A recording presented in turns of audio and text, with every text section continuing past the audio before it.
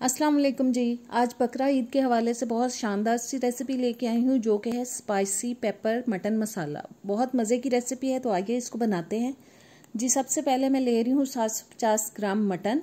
साथ ही इसमें डालेंगे आधा टीस्पून हल्दी पाउडर, आधा टीस्पून जाएगा इसके अंदर नमक, 1 टेबलस्पून कुकिंग ऑयल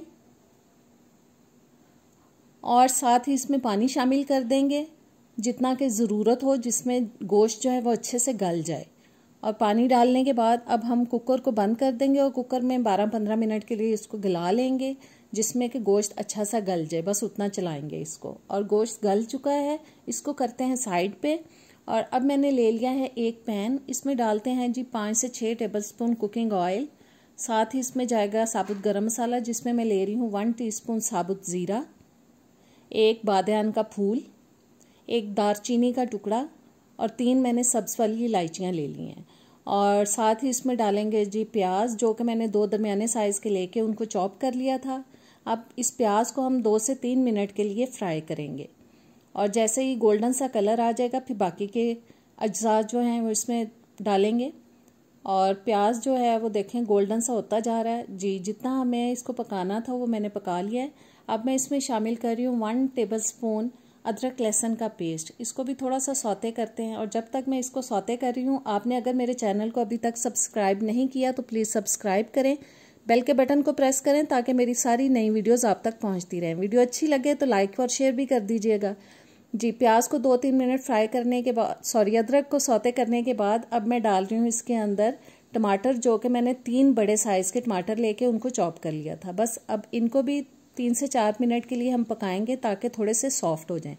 3-4 मिनट टमाटरों को पकाने के बाद अब मैं शामिल कर रही हूँ इसमें पकाया हुआ गोश्त, जो कि हमने ऑलरेडी गलाया हुआ है। 2 से 3 मिनट टमाटरों के साथ इसको भी फ्राई करते हैं।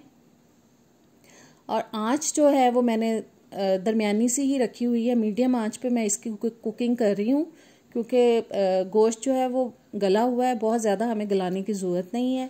2-3 मिनट गोश्त को फ्राई करने के बाद अब मैंने डाल दिया इसके अंदर 1 टीस्पून नमक, 1 टीस्पून कुटी हुई सौंफ, 1 टीस्पून लाल मिर्च का पाउडर और 1 टेबलस्पून सूखा धनिया पाउडर। बस इन तमाम मसालों को अच्छी तरह से मिक्स कर देते हैं। और मिक्स करने के बाद अब मैंने आधा कप दही ले लिया, जिसको मैंने अच्छे से फेंट लिया है, थोड़ी सी आंच हल्की करके। अब इस दही को हम इसमें शामिल कर देंगे और दही को डालने के बाद फिर से हम इसको अच्छी तरह से एक दफ़ा मिक्स कर लेते हैं। और मिक्स करने के बाद ऊपर से ढक के हम इसको थोड़ा सा पकाएंगे ताकि दही का पानी जो है वो खुश्क हो जाए और मसाले भी अच्छे से गल जाएं। और जी मसाले देखें कितनी अच्छी तरह से पक चुके हैं। ड्राई मसाले भी और प्याज वगैरह सब कुछ गल चुका है। अब मैं डाल रही हूँ इसके अंदर 2-3 हरी मिर्चें कटी हुई, साथ ही डाल देंगे जी 2 टीस्पून कुटी हुई काली मिर्च। और बस इसको 1-2 मिनट के लिए हम मज़ीद पकाएंगे और अच्छी तरह से बस इसको 1-2 मिनट मीडियम आंच पे पका लेंगे। और जी अब मैं इसमें शामिल कर रही हूँ मटन स्टॉक, यानी कि मटन की यखनी, जिसमें हमने गोश्त को गलाया था, वो पानी मैंने इसमें शामिल कर दिया। अब मीडियम आंच पे 4-5 मिनट तक हम अच्छी सी ग्रेवी बनने तक इसको पका लेंगे ताकि एक ज़बरदस्त सी ग्रेवी बन जाए। और ज़बरदस्त सा जी हमारा मटन हो चुका है तैयार। स्पाइसी मटन बहुत मज़े का लगता है खाने में, इसको ज़रूर ट्राई कीजिएगा ईद पे। इंशाल्लाह ताला आपको रेसिपी पसंद आएगी। मुझे अब नेक्स्ट वीडियो तक इजाज़त।